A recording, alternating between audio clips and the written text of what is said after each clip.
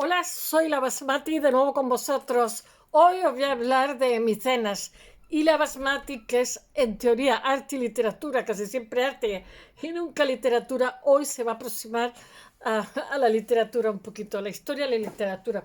Os tendría que haber hablado primero de el Imperio Cretense Minoico, pero posiblemente lo haga mañana o pasado. Me voy a centrar en esa zona que seguramente os va a encantar, simplemente maravillosa. Digo lo de Cretense Minoico porque es anterior a lo micénico, que se haya leído a Homero sabe de lo que le hablo. Bueno, los cretenses minoicos tienen una joyería que me enamora, y unos palacios y una forma de vida, porque el rey era, ¿os acordáis de Laberinto del Fauno? El rey era el primer inversor de todas las exportaciones que se hacían, y entonces no tenían ni grandes murallas porque tenían una flota espectacular que no dejaban que nadie...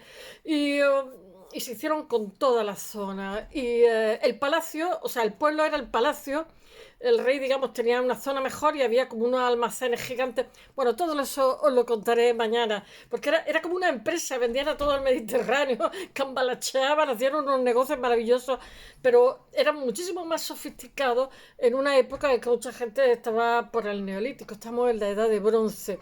Bueno, hoy me voy a centrar en Micenas.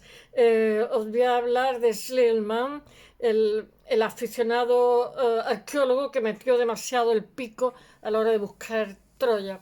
Bueno, Micenas, las ciclópeas murallas de Micenas encierran para los griegos también la historia de una tragedia en la antigüedad, que es la de Agamenón. Seguramente habréis visto la máscara de oro de Agamenón. Bueno, según la leyenda transmitida primero por Homero y luego por los poetas trágicos, el rey, que había enviado hasta 1000 naves a la guerra, a la poderosa ciudad de Troya, había perecido a su vuelta a Micena, víctima de una confabulación, una conspiración entre su mujer, que era amante de su primo, que era el noble Egisto. Tengo que mirar a chutar porque muchos nombres. Hombre, este sí porque está muy conocido. Egisto que se carga a Agamenón, etcétera. Eso sí lo controla. Pero hay otras veces que tengo que mirar los nombres. Bueno, y Clitemnestra, que es la mujer, que se habían hecho amantes mientras que este se había ido a la guerra años y años y años. Pues no sé si 10 años. Bueno, y lo matan. Y se había convertido en amante y tal. Es una tragedia. Bueno, Agamenón es el representante mítico de un guerrero de toda una época de la que nos da muestras. Si me veis mala cara es que he estado durmiendo en el hospital. Socorro, Mayday. ¿Por dónde iba yo? Sí, que Agamenón es el símbolo del guerrero de una época, de una generación de señores de la guerra en torno al año 1500 aproximadamente antes de Cristo, bueno, en el cenit de la Edad de Bronce, y que despliega su dominio por sobre las llanuras situadas a los pies de la fortaleza y en los confines del Mediterráneo. Mira, todos estos señores de la guerra se acaban convirtiendo en una élite y sus terrenos eran grandes a juzgar. Bueno, y las disputas debían de ser tremendas porque las murallas ciclópeas eran por algo, no estaban por gusto. Nadie sabe cómo se hicieron porque son toneladas, son sillares gigantescos, ¿no?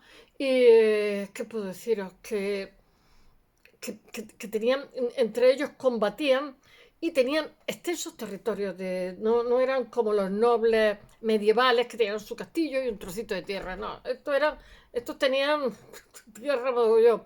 Bueno, los griegos de la antigüedad, os voy a hablar también de la democracia, que no era tan democracia, pero es un poquito más adelante, ¿eh? Dentro de unos cuantos siglos, estamos todavía por el 1500.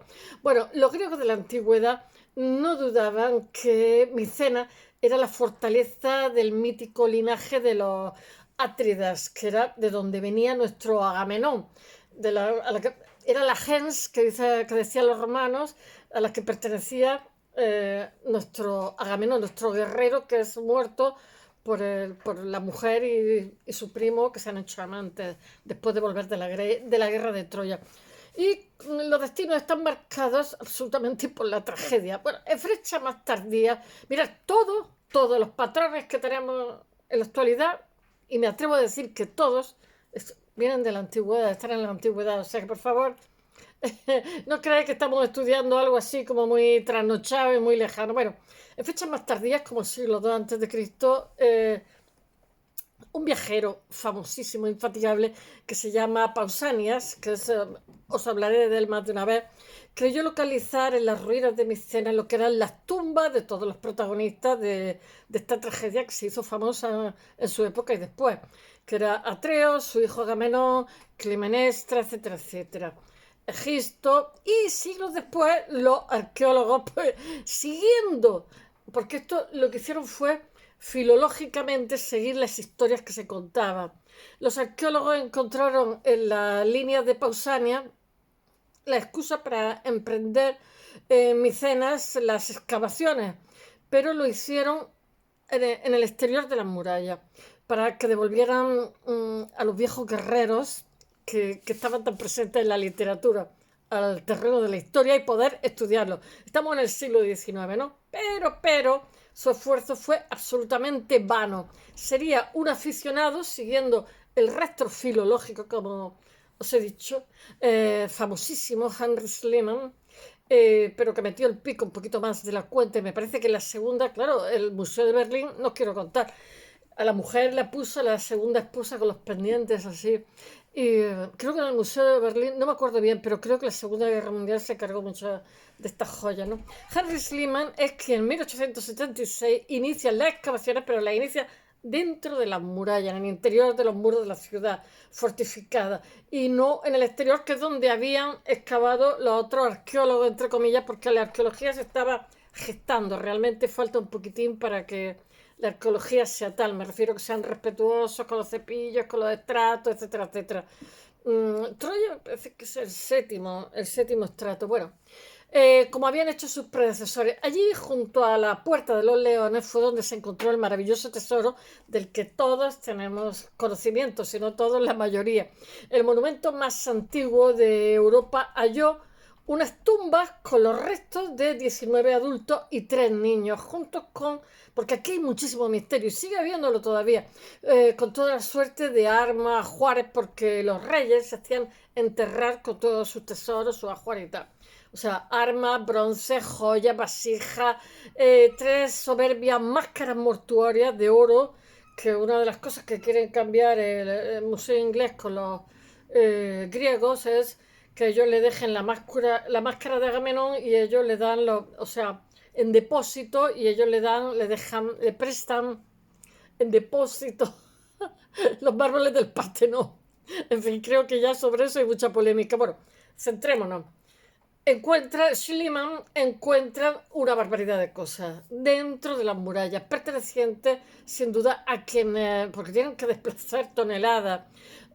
Cerca de 3.000 años antes habían manejado, se habían gestionado Micenas, por decirlo de alguna forma, pero Schliemann estaba convencido, según anunció triunfalmente a los periódicos, a los medios de comunicación, estamos a principios del siglo XX, que había descubierto el tesoro de los míticos Atridas, de esta gens que os estoy contando, en el cual Agamenón formaba parte, pero, va y resulta que es 300 años anterior. Y no se sabe, pero se equivocan. Las fechas de las tumbas eran anteriores 300 años, que son bastantes, 3 siglos, a la época en la que él estaba convencido que estaba encontrando los antiguos griegos, databan la guerra de lo que era Troya. En realidad hay un montón de estratos. Este metió el pico, ya os digo, más de la cuenta. Schliemann tuvo después una grandísima influencia porque se guió por la filología, o sea, se guió por las narraciones. Schliemann había descubierto bajo aquellas máscaras que era una civilización entera de la edad de bronce, que desde mediados del segundo milenio hasta poco después del final, allá por el siglo XII a.C., se habían adueñado, habían sido los reyes del Mediterráneo oriental, desde sus poderosos cetros de poder situado en el territorio griego. Ellos van a tener muchísimo vínculo también con el reino de Ita, los hititas. Bueno, Volvamos, que si no voy a contar otra historia. En efecto, en torno a 1500, en el Peloponeso y en otras áreas de Grecia continental se produce un aumento de la población. Hay una, ¿cómo se dice?, una explosión demográfica y una mayor expansión hacia el exterior y un crecimiento general de la economía. Ello lo que pasa es que fortalece el poder económico y político de los caudillos griegos, como os he dicho antes, de la Edad de Bronce, que estaban radicados en la zona y que pasan a partir de este momento a ser meros conductores, de ser meros conductores de tropas, a formar una élite de reyes guerreros que al morir eran bastante depredadores, se hacían enterrar con sus tesoros y sus armas, etcétera, con todo su ajuar. Es más que probable que donde se hicieron sentir estos cambios fueran en Micenas, en primer lugar, porque es un punto bastante destacado de la zona, porque era un centro de poder grande situado, eran tremendos, aquí para nosotros, en la encrucijada de una ruta que unía el Egeo con el Golfo de Corinto. Algún día os tengo que enseñar algún mapa, es que no sé ponerme aquí atrás imágenes. Pero Micena no fue la única. En Pilos, Tirintos, Argos, Atenas, Tebas se constituyeron igualmente comunidades independientes que gravitaban en torno a ciudades fortificadas. Es lo que había en la época, gobernadas por un Banax con W, que era el rey, el Banax. Los palacios de todas estas ciudades ejercían su poder en lo que eran un amplio espacio, es que ha bajado 10 grados la temperatura, un amplio territorio circundante como, como muestran las grandes distancias de terreno que hay, como os he dicho antes, entre ellos.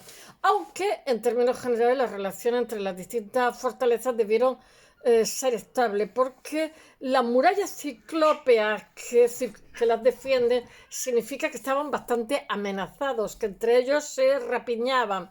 Estaba construida, bueno, esta muralla ciclópea dice que estuvieron construidas por los cíclopes, por los gigantes que forjaron el rayo de Zeus. Qué poético. Se presupone la existencia de hostilidades entre diferentes centros de poder que querían predominar, como la mafia de la droga, pero en versión antigüedad. Bueno, en este sentido, el hombre siempre se ha caracterizado por la codicia, que también la codicia es uno de los rasgos del progreso, pero bueno, en fin, y también de la destrucción que tenemos del planeta, pero bueno, vamos a aparcar eso. En este sentido, puede recordarse el mito griego que refiere el asedio a la famosa ciudad de Tebas, que eso es súper conocido, por parte de los 7 guerreros venidos de Argos, porque, mirad, ahora lo contaré mejor. Había como una herencia que era para 2 reyes, ¿no? Tenía que estar uno reinando y lo sustituía el hermano. Bueno, en un momento determinado uno de ellos dijo, mira, no me vas a sustituir, yo me quedo siempre.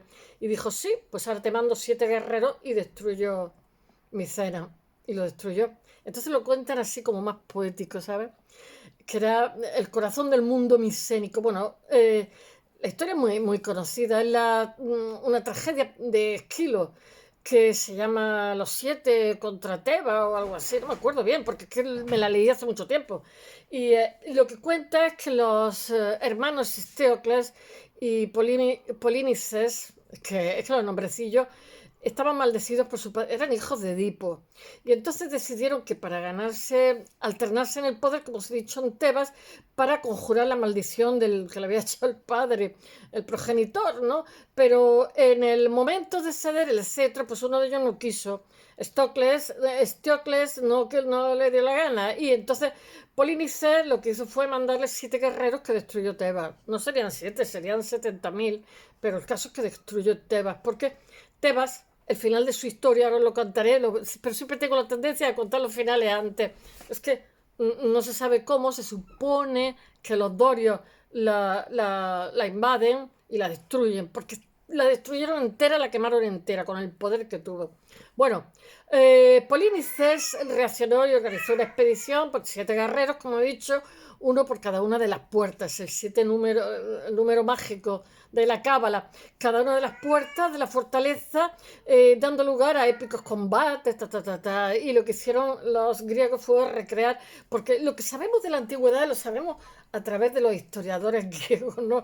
Que los historiadores griegos también cometían disparates, o sea, son crónicas que son muy interesantes, pero claro, tenían la visión de ellos. Y nos tenemos que fiar porque tampoco tenemos tantas. Pero vamos, que quiero deciros que también estaban condicionadas por la época. Y bueno, y muchas de ellas se convirtieron, esta historia, en leyendas, como esta de los 7 guerreros, que tiene que haber una base cierta. Y no se sabe si este fue el episodio mítico de la doble destrucción de Tebas, que realmente existe en la arqueología, que se han encontrado que 2 veces la destruyeron, pero destruida que la barrieron, al final la convirtieron en ceniza. Y a pesar de que se desconocen las causas reales que llevaron al incendio y destrucción de uno de los más potentes enclaves micénicos, sí que se puede saber que la rivalidad de los 2 centros de poder, como sería el caso de Tebas y la ciudad que tenían cerca, que era Orcómenos, podían generar enfrentamientos continuos. Seguramente los tendrían continuamente. Y me estoy haciendo de calor con tanto abrigarme. ¡Ay! ¡Ay! Que me cargo esto. Bueno, que tenían muchísimos enfrentamientos armados entre ellos. Aunque también es posible, como os he dicho, que fueran los dorios los que hicieron de las suyas, los que entre príncipes de diversas familias, porque ya sabéis cómo pasó aquí también en la Reconquista, que se ligaban varios príncipes, llevaban varias tropas y entonces, porque esta ciudad micena era poderosísima, pero también había un tesoro grande y podían repiñar y repartir. Bueno, volviendo a las tumbas que descubrió Schliemann, el alemán, a principios del siglo XX, interesante observar que los objetos que descubre allí habían sido fabricados por los cretenses minoicos, que no os he contado y que os contaré mañana o pasado, que a mí me tiene deslumbrada, pero es tanto, tanto, tanto que no paro de leer. Estas joyas habían sido fabricadas por cretenses. En un principio se pensó que habían contratado a los orfebres cretenses, pero después se supo que las habían... qué raro, ¿verdad? Bueno, en torno a 1500 a.C., la isla de Creta era la sede de una civilización, la cretense minoica, que yo os he hablado de Evans, que era un arqueólogo inglés que estuvo excavando. Os hablé todo un día, pero volveré a hablar porque os tengo que hablar de Creta. Y que aventajaba a toda la gente que había alrededor y fue un imperio. Y estaba cobrando forma en el continente y la que se había erigido en dueña totalmente del Mediterráneo, gracias al poder de tener una flota tremenda. Pero claro, tuvieron el problemita de la explosión del volcán de Tera, que aniquiló la flota, mató a todo el mundo, y seguramente pues cuando, digamos, las defensas cayeron, pues aquí entraron a saco los de Micenas a llevarse el oro, las joyas, etc. En Grecia, la dinastía gobernante de Pilos, Tirinto, Argos o Micenas fijaban su mirada en el refinado estilo que tenían los cretenses minoicos y reclamaban los servicios de los artistas de la isla, que tenían muy buenos joyeros. Sin embargo, un inquietante dato en el que coinciden todos los investigadores, lo que pasa es que apunta a que los tesoros de las tumbas micénicas no eran el fruto de una contratación que habían hecho libre, sino de una rapiña. No era un cordial intercambio entre potencias vecinas, sino el botín procedente lo codiciaban. De incursiones llevadas a cabo de razzia en el suelo cretense, si es que habían sido fabricadas en suelo griego por artesanos conducidos hasta allí. No se sabe, son todo hipótesis, como prisioneros, no se sabe. Los micénicos debieron de aprovechar también la catástrofe que tuvieron, como os he dicho, que supuso para Creta la explosión, fue como la explosión del Krakatoa, del volcán de Tera, el actual Santorini. Lo que pasa, el nombre Santorini se lo pusieron los venecianos a la isla de Tera, pues su nombre era Tera. Pero los venecianos, como fueron los dueños del Mediterráneo bastante tiempo, bueno, que hubo un desastre en el 1500 a.C., que siempre han dicho que era la Atlántida, no sé qué, pero no. Lo de la Atlántida es una historia del 10.000 a.C., antes de nuestra era, que hubo un cambio del eje de la Tierra, que se supone que era la Atlántida, que provocó maremotos, etcétera, etcétera. Provocó, maremotos. Bueno, y lo de la isla de Tera también provocó maremotos, tsunami y barrió la isla, provocó la muerte y la destrucción de la flota minoica que era... que Creta no tenía una grandísima muralla para defenderse porque tenía un ejército marino que la protegía.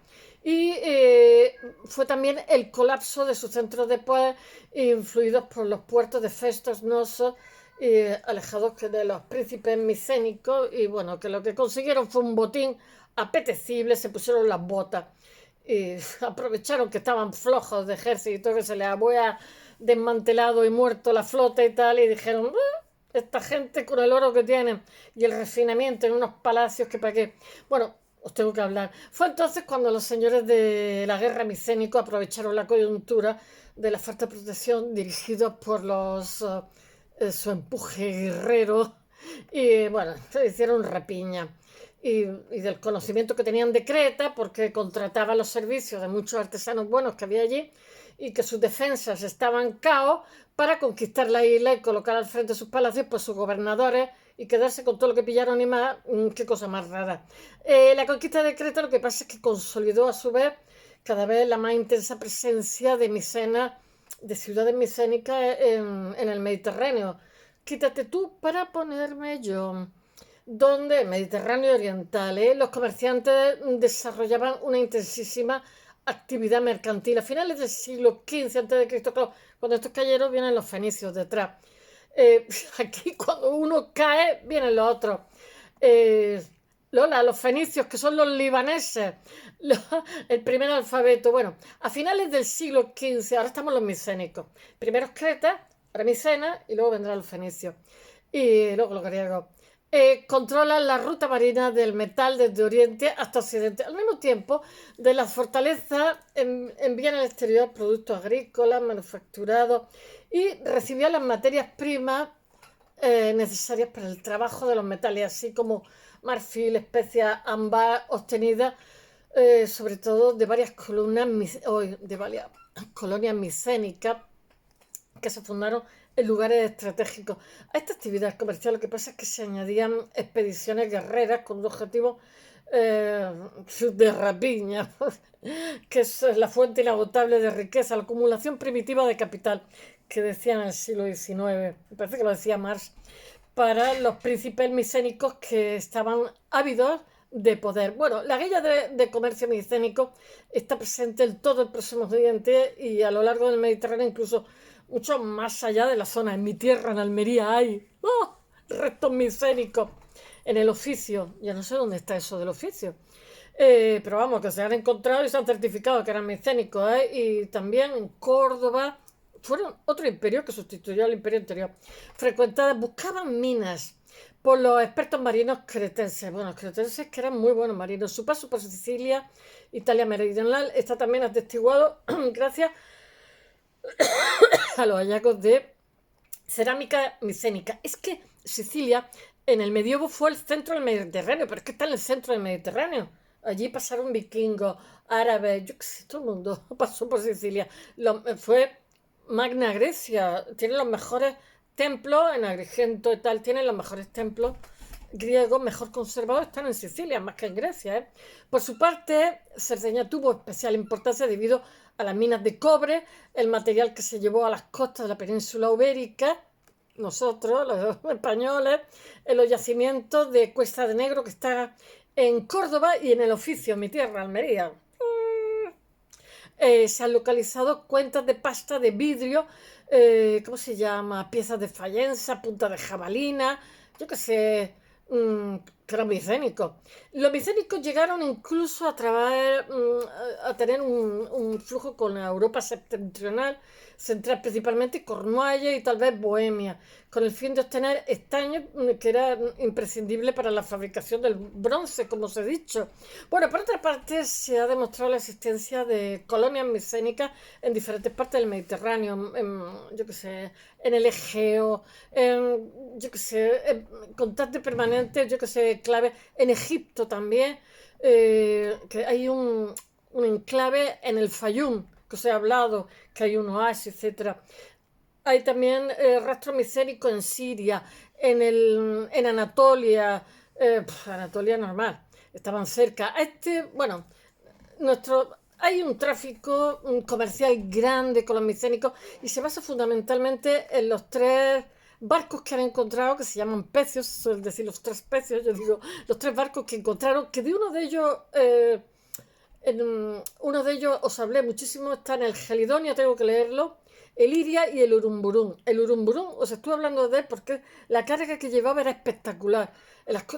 Le pusieron un nombre turco porque lo encontraron el barco en Urumburún, que no era un barco muy grande, sino ninguno de ellos eran grandes y bueno, y no parecían que eran micénicos, pero los tres estaban cargados hasta arriba, eh, que eran para el comercio micénico, había de todo, colmillos de, ¿cómo se llama? Hipopótamo, de marfil, o sea, marfil de hipopótamo, marfil de elefante, todo ello dieron muchísima información, estos barcos, sobre todo el Urumburún, que yo he contado, donde el cargamento que se preservó estupendamente en el fondo del mar, eran materias primas como metales.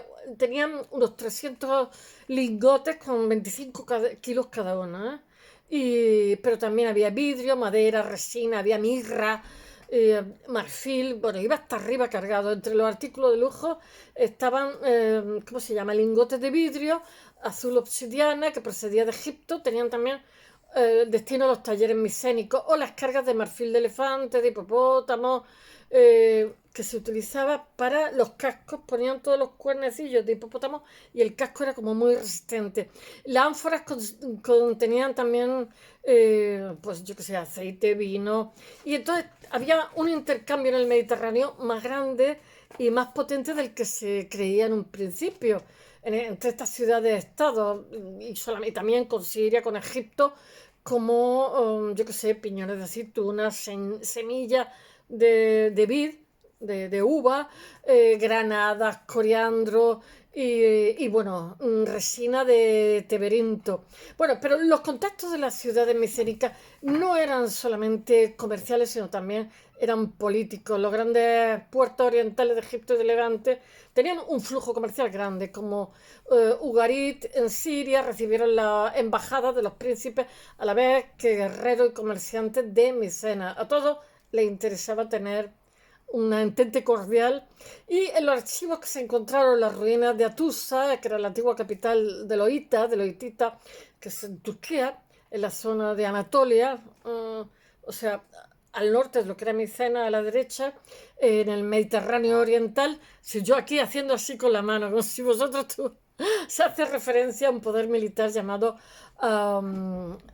Ajimaya o Ajiyawa o algo así, que se lo estoy leyendo, Ajiyawa, porque eso no me acuerdo de ese nombre, que, que se puede poner en relación con los Akayoi, con los aqueos, que es el nombre con el que Homero denomina a los micénicos, a los Akayoi, que atacaron Troya. Existen cartas en las que el rey de los hititas, que se llama Tabarna, saluda a sus hermanos, a los iguales, al rey de Ajiyawa, que son los micénicos.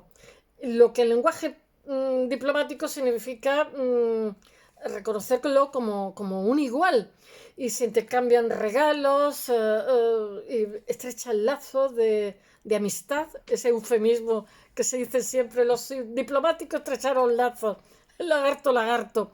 Y no era desde luego algo raro, sino que los griegos enviaban su hijo al país de Ati, que son los hititas, para recibir adiestramiento en el manejo de carros, de combate, porque los príncipes micénicos lo usaban para aumentar su prestigio personal, porque se han encontrado pintura mural, frescos en Pilos, y bueno, también, y Homero nos cuenta también unas cuantas cosillas que llama a Néstor precisamente el rey de Pilos, señor de carros de guerra, dice Homero. Yo es que de Homero me acuerdo de los epítetos, ¿no? Aquiles, pies salados, pies que volaban. De forma sorprendente, a finales del siglo XII a.C., las ciudades fortalezas micénicas quedaron reducidas a cenizas. Nadie sabe por qué. Ceniza y escombros, ojo, las barrieron de la faz de la Tierra. Aunque los investigadores lo que pasa es que no han sido capaces de determinar cómo ocurrió eso. Y normalmente los que son poderosos los codician muchísimo la gente de alrededor. Eso sigue pasando, ¿eh?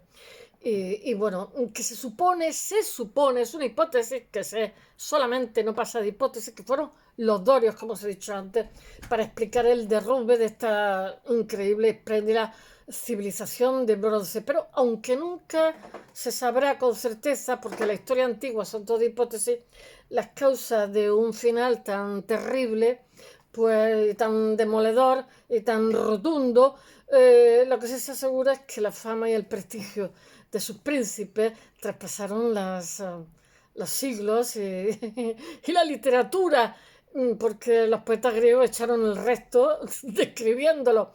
Y bueno, describieron a los viejos guerreros como Agamenón, que me encantó. Y espero que os leáis la Ilíada, la Odisea, si es que no la habéis leído. Y el que no pueda leer, que se ponga un chisme de estos grabados, que es bonito. Ellos combatieron junto a los dioses. De verdad que lo lees y no lo olvidas. Hay que leerlo poquito a poquito, ¿eh? Porque la información, hasta que te acostumbras, después te adapta, ¿no? Pero como el Quijote, como Tristan Shandy, que también hay que leerlo poquito a poquito, pero son obras que nunca, o la regenta nunca las olvida. Bueno, hoy arte, literatura y la basmati ha sido más literatura. Venga, hasta mañana.